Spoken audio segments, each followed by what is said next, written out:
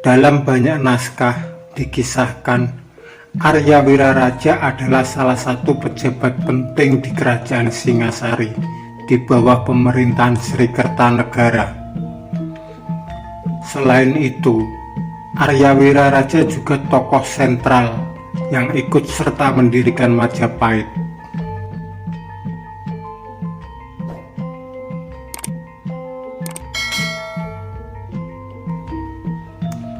Dalam buku Atlas Wali Songo karangan Agus Sunyoto dikatakan Arya Wiraraja adalah seorang Muslim. Narasi itu berdasarkan kesaksian dari keturunannya yang saat ini tersebar di beberapa tempat di Indonesia. Di antaranya adalah klan Pinatih di Bali yang beragama Hindu, keluarga Bupati-Bupati Surabaya dan Sultan-Sultan Cirebon yang setiap tahun menziarahi makam Arya Wiraraja yang terletak di Desa Biting, Kutorenon, Sukadana, Lumajang, Jawa Timur. Dahulu, Lumajang adalah bagian dari Singasari. Rajanya bernama Nararya Kirana, Putri Sri Prabu Seminingrat Jaya Wisnuwardana, Raja Singasari sebelum Kertanegara. Adapun Arya Wiraraja menurut Agus Sunyoto tak lain adalah putra dari Nararya Kirana. Dengan demikian, dia adalah pewaris sah tahta Lumajang. Selain itu, ia adalah keponakan Kertanegara, putra mahkota Singasari. Saat Kertanegara dinobatkan menjadi Raja Singasari, Arya Wiraraja mengabdikan diri sebagai Rakaryan Demung, yang mana tugas utamanya berhubungan dengan keselamatan raja beserta keluarganya. Sebagai raja di kerajaan yang besar, wajar jika Sri Kertanegara mempercayakan keselamatan diri dan keluarganya kepada putra dari kakaknya, yaitu Arya Wiraraja. Namun di tengah perjalanan, hubungan antara paman dan keponakan ini ternyata tidak berjalan mulus. Para raton menyebutkan bahwa kemudian Arya Wiraraja dibebas tugaskan dari jabatan tersebut dan dijadikan bupati di Sumeneb, Madura. Keputusan tersebut menurut Agus Sunyoto salah satunya diduga akibat perbedaan agama. Dugaan itu cukup beralasan kalau kita bandingkan dengan hukuman yang diterima Patih Raganata dan Tumenggung Wirakerti yang hanya diturunkan dari jabatannya namun tidak diasingkan. Tampaknya perselisihan Kertanegara dengan Arya Wiraraja bermula sewaktu Sri Kertanegara berusaha mewujudkan ambisinya untuk meluaskan wilayah kekuasaannya ke seluruh Nusantara dengan menyebarkan tidak hanya kekuatan militer tetapi juga ajaran Tantrayana, sekte Tantra Birawa ke Sumatera.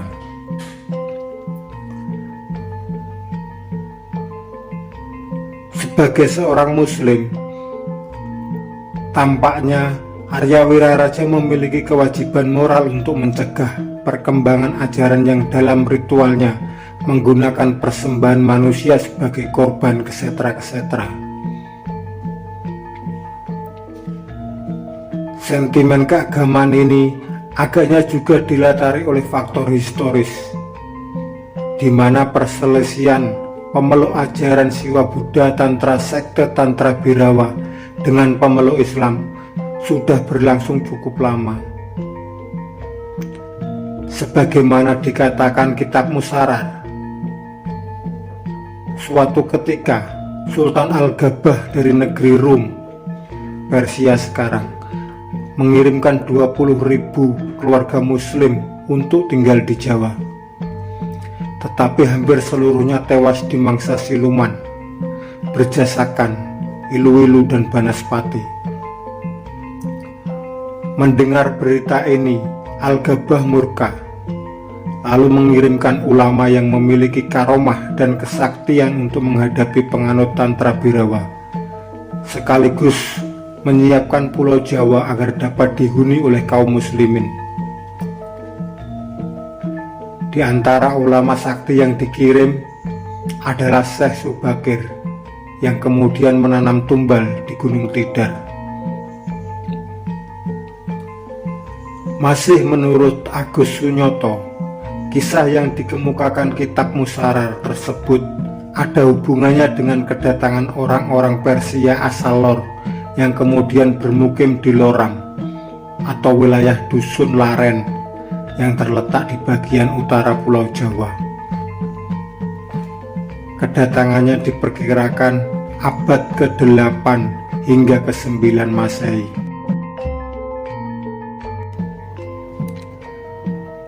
Menurut Profesor Wan Hussein Asmi, sekitar awal abad ke-9 Masehi, setidaknya ada 3 keluarga Persia yang datang ke berbagai wilayah di Indonesia dan membentuk klan di tanah air. Pertama, keluarga Lor atau Lur yang tinggal di Jawa Timur.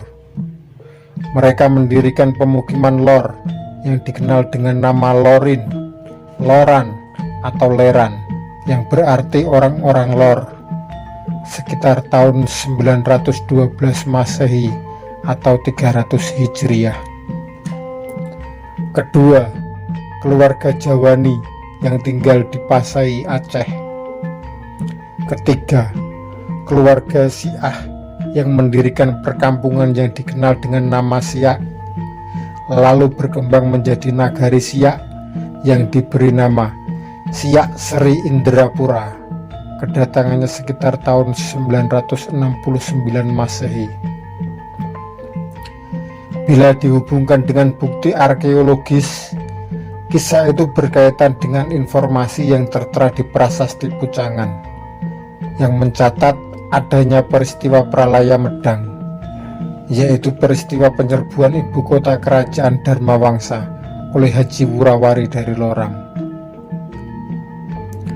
Lebih jauh, menurut Agus Sunyoto, perselisihan orang-orang Lor dengan Airlangga tidak dapat ditafsirkan lain kecuali dalam kaitan dengan fakta dianutnya ajaran Tantra Birawa oleh keluarga Raja Dharmawangsa dan Airlangga, di mana Ibunda Airlangga Mahendradatta dikenal sebagai seorang Bhairawi.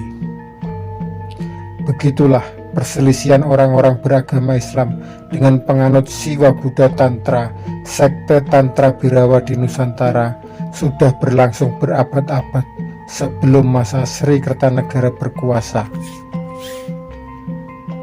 Ambisi Kertanegara menyatukan Nusantara tampaknya bukan sekadar ambisi politik kekuasaan, tetapi juga dorongan mengembangkan ajaran Siwa Buddha Tantra, sekte Tantra Birawa. Hal itu dapat dilihat dari dikirimnya Arca Paduka Amogapasa Lokeswara beserta prasastinya pada tahun 1208 Saka atau 1286 kepada Raja Dharmasraya. Wujud arca dibawa ke Dharmasraya agar menjadi kegembiraan bagi penduduk Melayu, Brahmana, Ksatria, Waisya, Sudra, dan terutama pimpinan para Arya, Sri Maharaja Sri Matribhuwana Raja.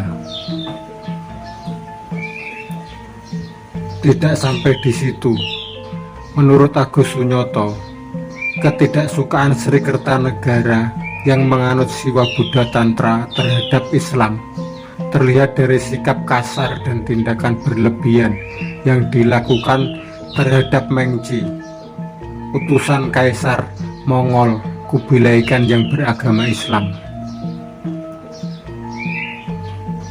Duta itu dipahat keningnya, dipotong telinganya, dicaci maki dan dihinakan, sehingga membuat marah Kaisar Kubilai Khan. Dengan demikian, cukup kuat asumsi Agus Sunyoto. Hukum buang Arya Wiraraja ke Sumeneb bukan sekadar perselisihan dalam usaha penyatuan Nusantara, melainkan juga ketidaksukaan Sri Kertanegara terhadap keislaman Arya Wiraraja.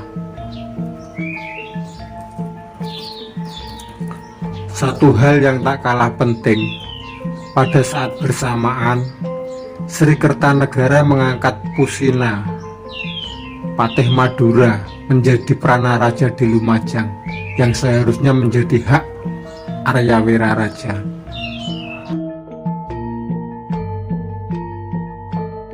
Hal ini membuat hukuman pada Arya Wiraraja dinilai sebagai keputusan politik yang sangat serius. Ambisi Kertanegara menyatukan Nusantara ternyata menyita sebagian kekuatan Singasari. Arya Wiraraja melihat terbukanya kesempatan untuk melakukan pembalasan atas hukuman yang diberikan Sri Kertanegara kepada dirinya. Kemudian Arya Wiraraja bersurat pada Jayakatwang di Gelang-Gelang, sampai akhirnya terjadilah pemberontakan Jayakatwang dan Raja Kertanegara terbunuh saat itu. Setelah kematian Kertanegara, terbukalah peluang bagi keturunan Raja Sawangsa untuk menggantikannya. Salah satunya adalah menantunya sendiri, putra lembutan, yaitu Raden Wijaya. Raden Wijaya selamat dari pemberontakan Jayakatwang. Dikisahkan, Raden Wijaya meminta perlindungan pada Arya Wiraraja, dan di sana terjadilah sebuah kesepakatan. Apabila Arya Wiraraja bersedia membantu mengalahkan Jayakatwang dan Raden Wijaya menjadi raja, maka wilayah kerajaan itu dibagi dua.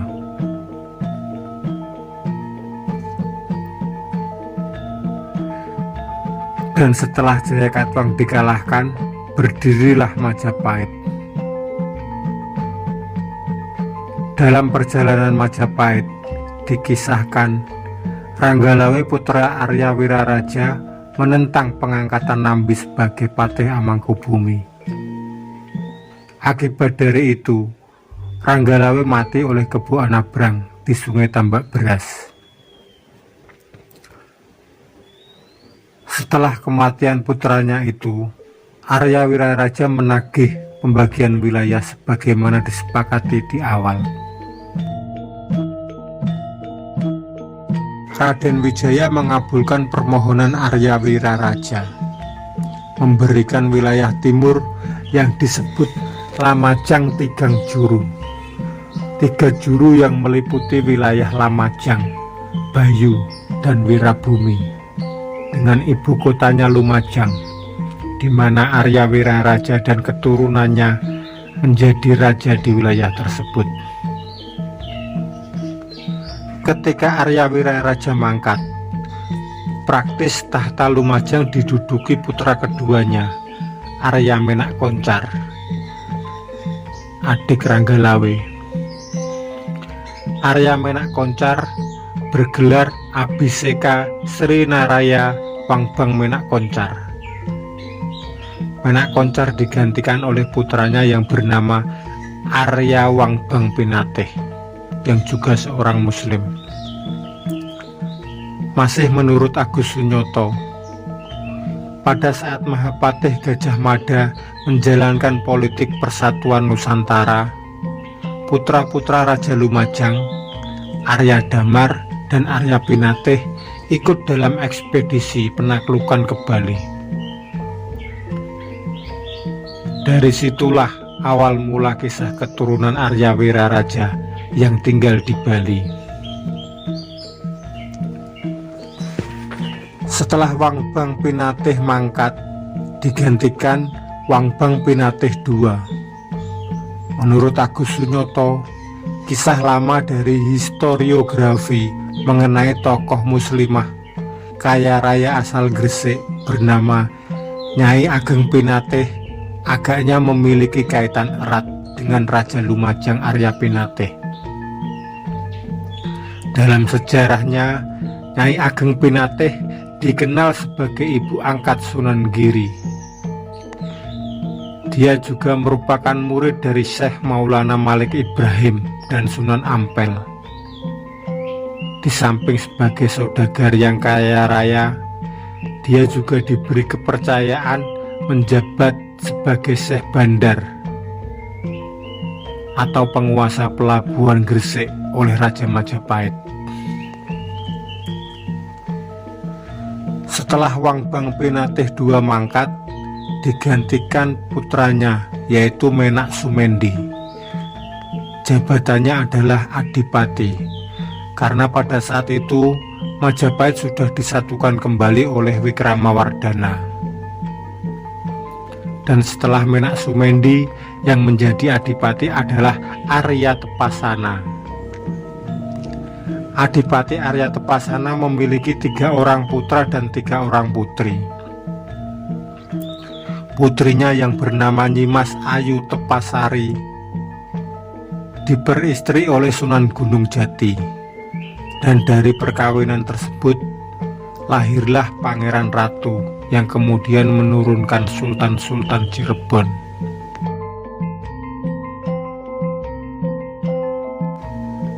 Adapun putri bungsunya yang bernama Nyimas Ayu Wuruju diperistri Raden Mahmud Pangeran Sepanjang, yang tidak lain adalah putra Sunan Ampel.